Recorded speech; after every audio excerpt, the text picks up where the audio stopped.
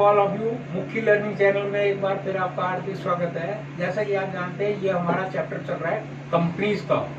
तो आज के इस सेशन में हम डिस्कस करेंगे टाइप ऑफ कंपनीज। अब कंपनियों का जो बाइफिकेशन किया गया है on the basis of some ground, तो उनको वन बाय वन करके हम यहाँ पे अंडरस्टैंड करेंगे। सबसे पहले हम ले रहे हैं on the basis of incorporation. Incorporation के अंदर चार्टेड कंपनीज। चार्टेड कंपनीज वो कंपनीज होती हैं जो कि किंग या क्वीन के द्वारा बनाई जाती हैं।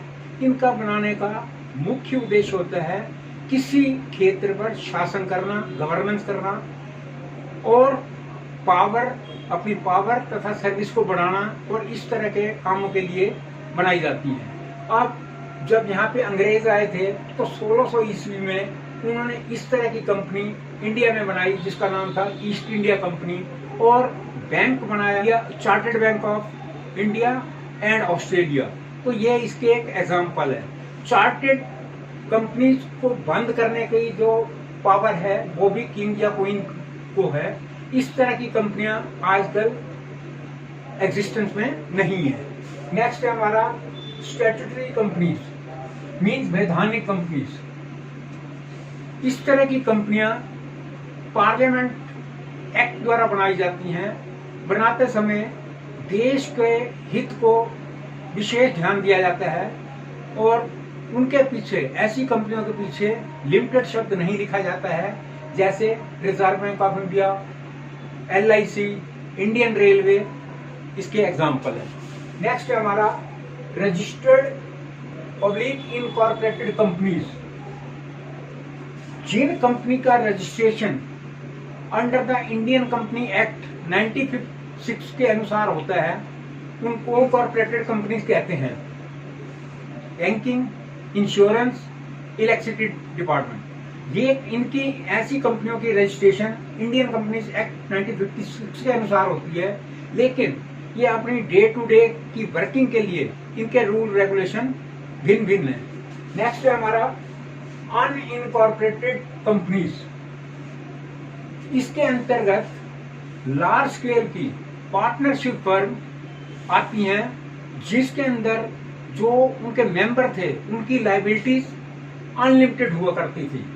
सेक्शन 11 इंडियन कंपनीज एक्ट 1956 के अनुसार इस तरह की कंपनियों को हमेशा के लिए बैन कर दिया गया है। नेक्स्ट है on the basis of liabilities, दायित्व के बेस पे।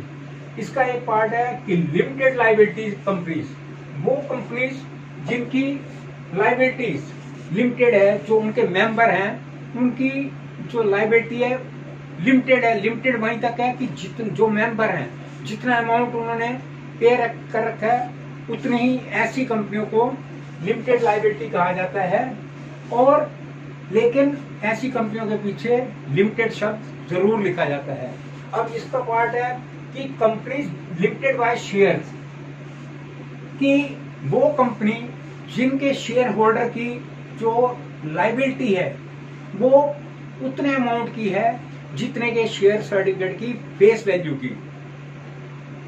यही बात उसकी जो MOA, मेमोरेंडम ऑफ एसोसिएशन के अंदर ये बात लिखी हुई है। सपोज ए के पास 100 रुपए वाले शेयर 100 हैं, तो ए की जो अमाउंट है वो टोटल 10,000 रुपए है, तो कंपनी की जो लायबिलिटी है वो सिर्फ 10,000 रुपए की है। नेक्स्ट है हमारा कंपनीज लिमिटेड बाय गारंटी। ये वो कंपनियां होती हैं जो मेंबर हैं वो गारंटी देते हैं, एक सर्टेन अमाउंट की गारंटी देते हैं कि यदि उनकी मेंबरशिप छोड़ने के बाद या उनकी मेंबरशिप के दौरान यदि कंपनी को किसी कारणवश वाइंड अप हो जाती है या लॉस में हो जाती है, तो वो जो फिक्स अमाउंट है, मान लो उन्होंने किसी मेंबर ने गारंटी दी कि मैं 2 लाख रुपए की गारंटी स्टैंड करता हूँ, तो वो 2 लाख रुपए की गारंटी उसकी देगा, वो कंपनी में जमा कर देगा। लेकिन उसकी जो वैलिडिटी है वो खाली 1 साल तक की वो गारंटी उसकी स्टैंड करती है। नेक्स्ट है हमारा unlimited liability companies. Unlimited liability companies वो होती हैं जिनके मेंबर्स की लायबिलिटी अनलिमिटेड होती है। और यदि वे कंपनी वाइंड अप हो गई या लॉस में चली गई और कंपनी के आउटस्टैंडिंग ड्यूज जो बचा हुआ असेट्स हैं वो इनसफिशिएंट हैं, तो मेंबर जो हैं वो उसको मीट आउट करने के लिए अपने पर्सनल असेट्स को भी लगा के उनके जो ड्यूज को सेटल करवाना पड़ेगा। तो ये अनलिमिटेड लायबिलिटी वाली कंपनी। नेक्स्ट है हमारा on the basis of ownership. Ownership के बेसिस पे कंपनी, गवर्नमेंट कंपनीज,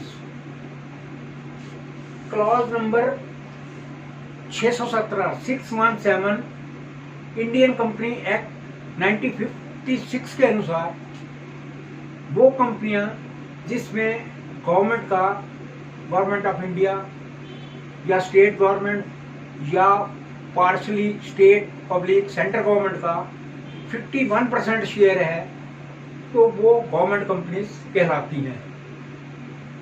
इनकी जो एनुअल रिपोर्ट है, इन ऐसी कंपनियों की एनुअल रिपोर्ट जो है वो लोकसभा तथा राज्यसभा में रखी जाती है, और यदि स्टेट लेवल की है तो वहां पे विधानसभा में रखी जाती है। 1960 में इंडियन कंपनी एक्ट 1956 के अंदर अमेंडमेंट हुई, जिसमें ये कहा गया है कि वो कंपनीज जिस पे गवर्नमेंट का कंट्रोल रहा है या वो कंपनी उसकी सब्सिडी यानी कि सब सहायक कंपनी भी रही है, और यदि उसमें 51% शेयर नहीं भी है तो भी वो कंपनी गवर्नमेंट ऑफ इंडिया की मानी जाएगी। अब इसके एग्जांपल है Steel Authority of India, Coal India, तो ये इस तरह की कंपनी है। और गवर्नमेंट आजकल ऐसी कंपनियों को ही प्रेफरेंस दे रही है, ऐसी कंपनियां ही बना रही है। तो नेक्स्ट है non government companies. Non government companies वो कंपनीज हैं जिसमें ना तो गवर्नमेंट का 51% शेयर है, ना ओनरशिप है, ना वो कंट्रोल है, तो वो सब नॉन गवर्नमेंट कंपनीज हैं। नेक्स्ट है सब्सिडी कंपनीज, मीन सहायक कंपनी या एसोसिएट कंपनीज। सब्सिडी कंपनीज वो होती हैं जिसका 50% भाग किसी दूसरी कंपनी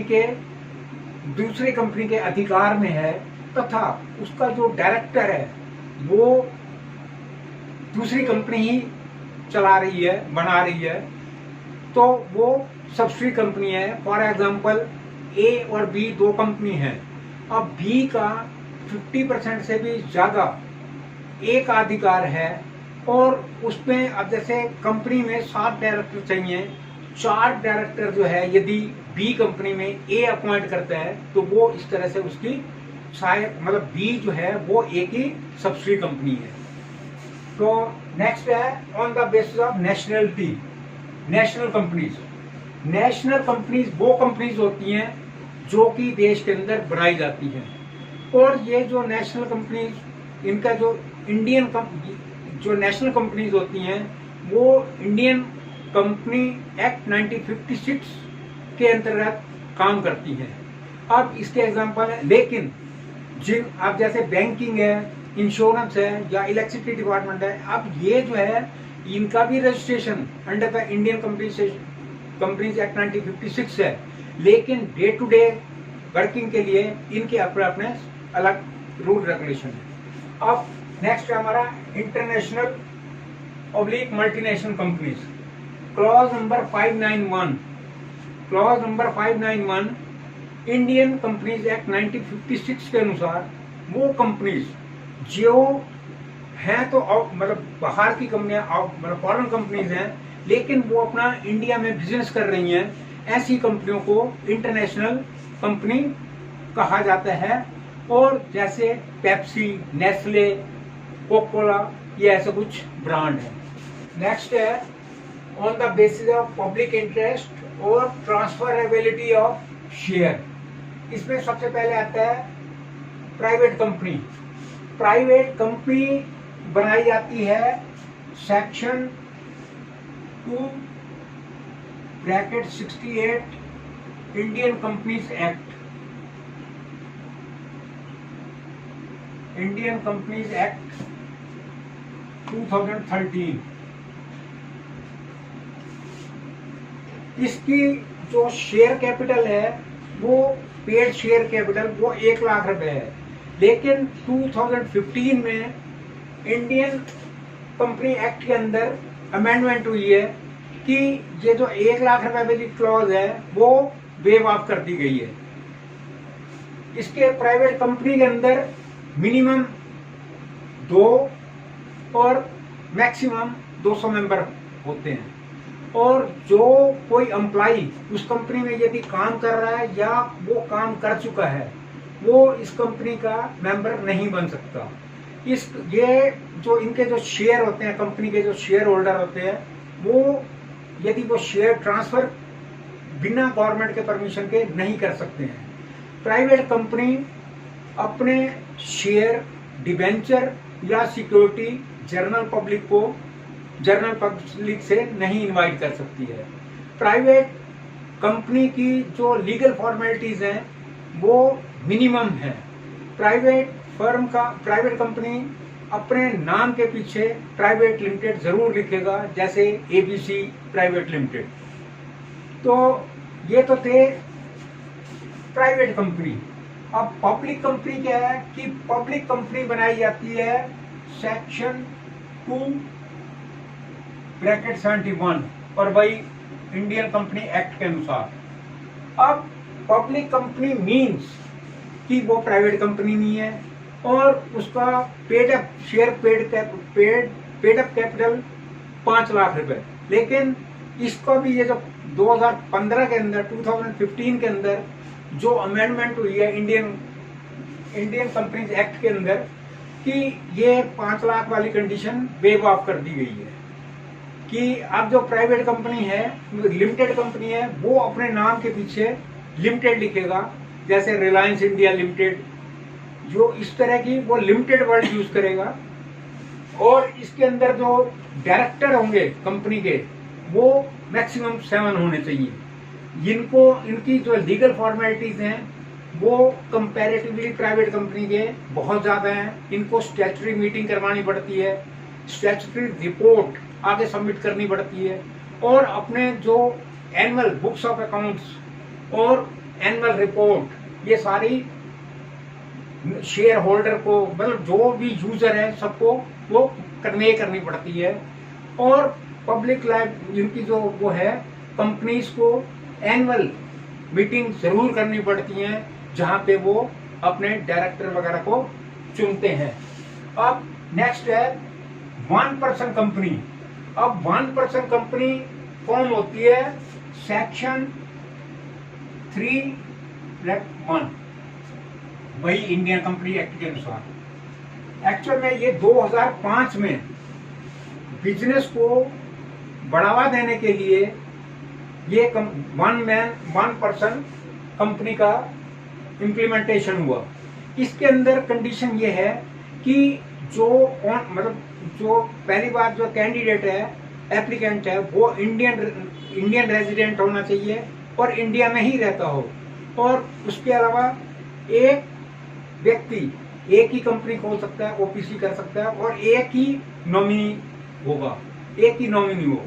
इसके अतिरिक्त अब वो जो ओपीसी है यानी कि 1% कंपनी है वो प्राइवेट, पब्लिक लिमिटेड या प्राइवेट कंपनी में कन्वर्ट की जा सकती है यदि उसकी जो शेयर कैपिटल 50 लाख की हो जाती है या उसकी वो एनुअल टर्नओवर जो है वो 2 करोड़ से एक्सीड हो जाती है।